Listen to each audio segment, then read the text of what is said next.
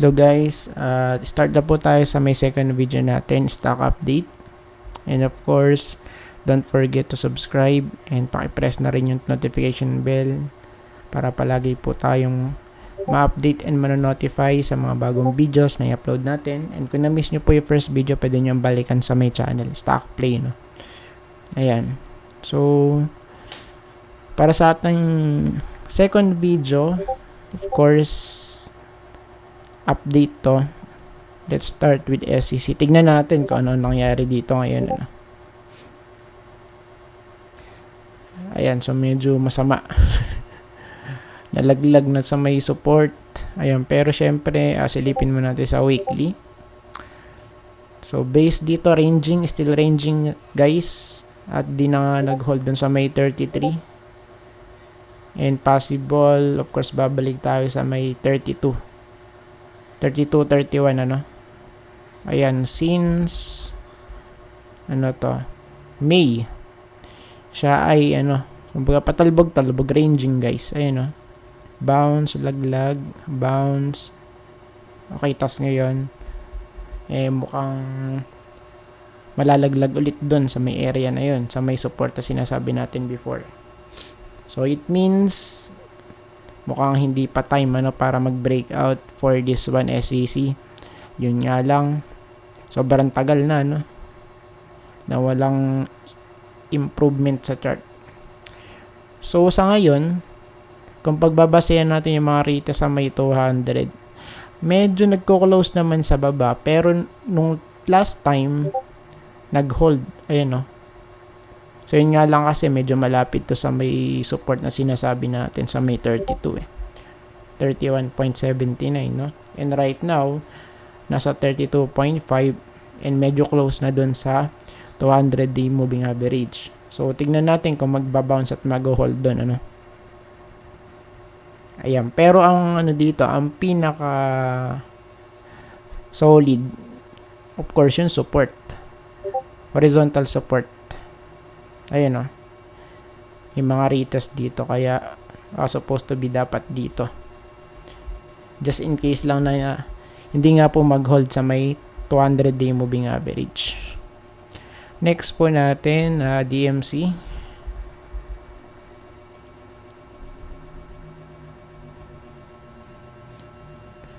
Same din sa, no?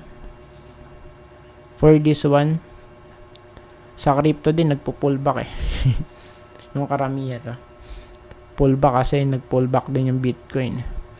So, for DMC, of course, yung support natin dito, still same pa rin, 11.2.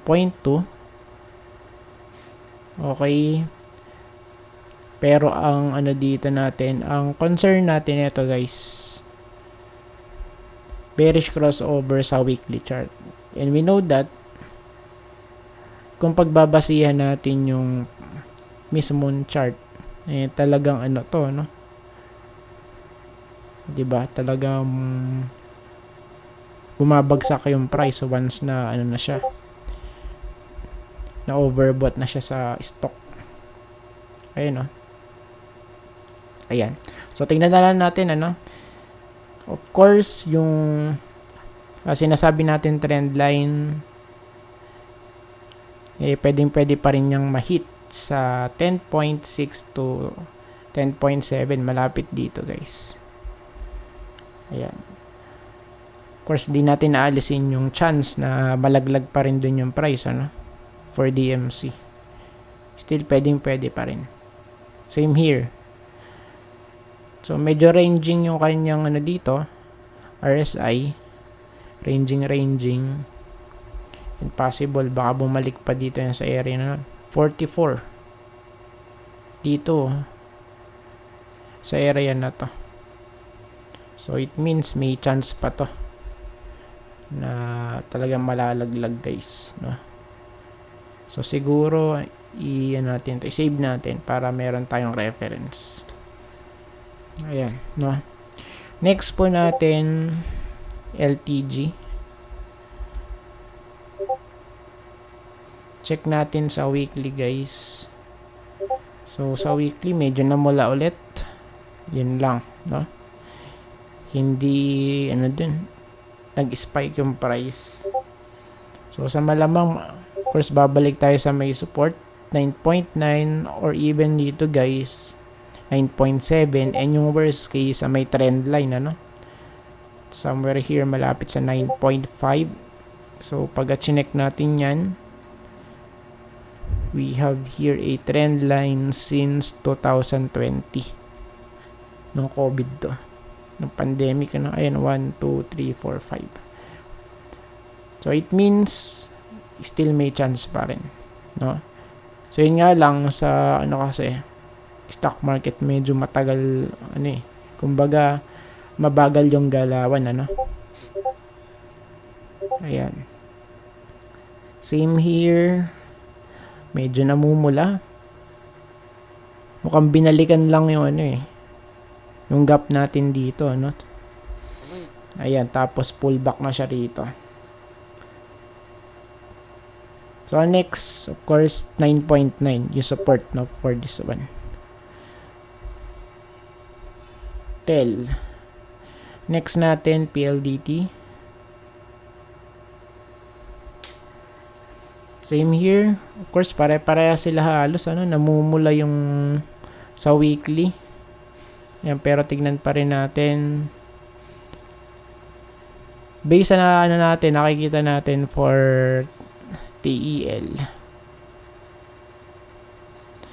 Pwedeng bumalik to sa may trend line.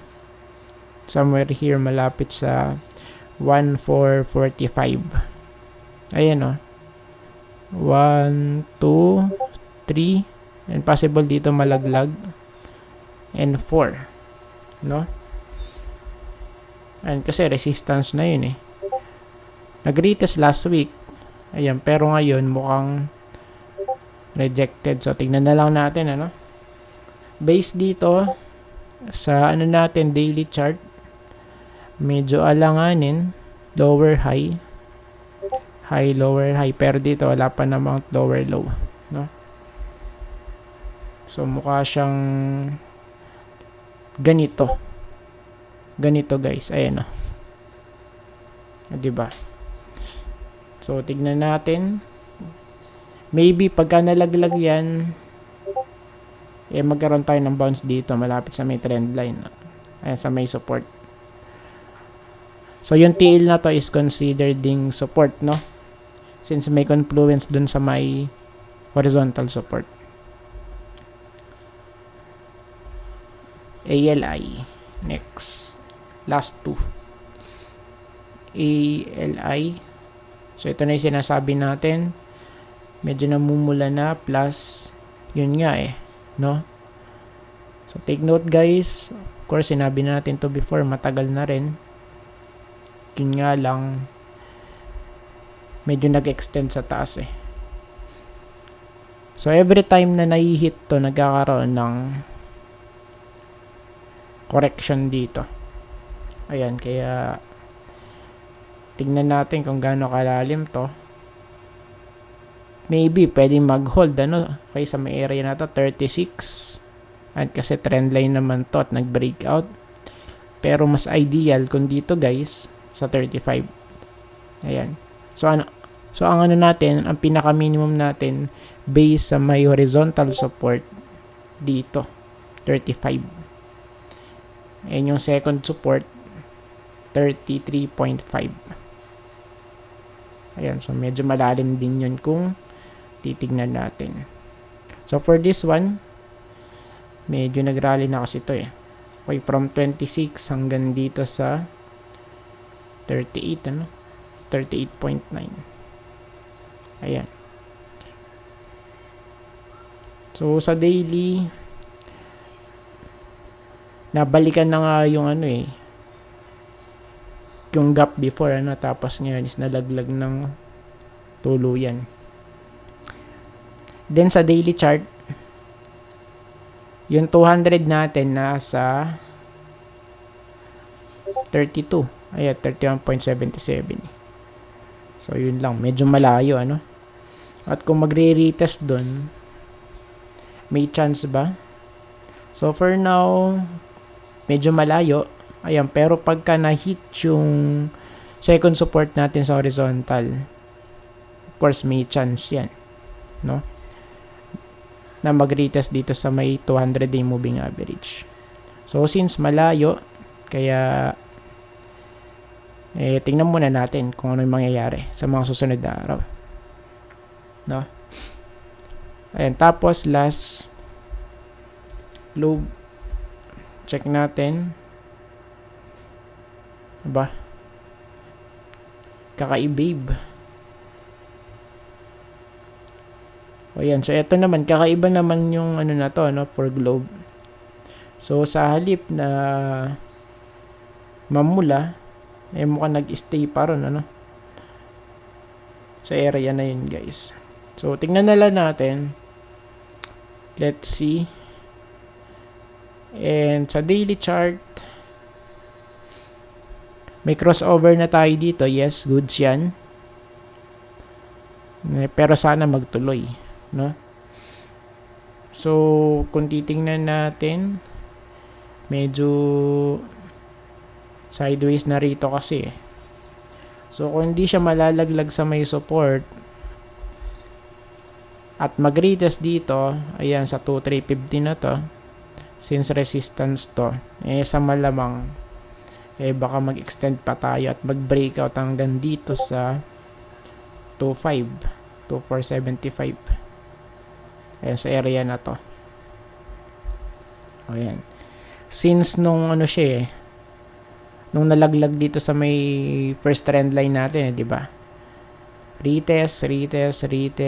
Okay, pero na-sustain guys yung support dito sa baba. Ayan. Pero syempre, kung titingnan po natin, so still pwede pa rin niya malaglag dito sa may support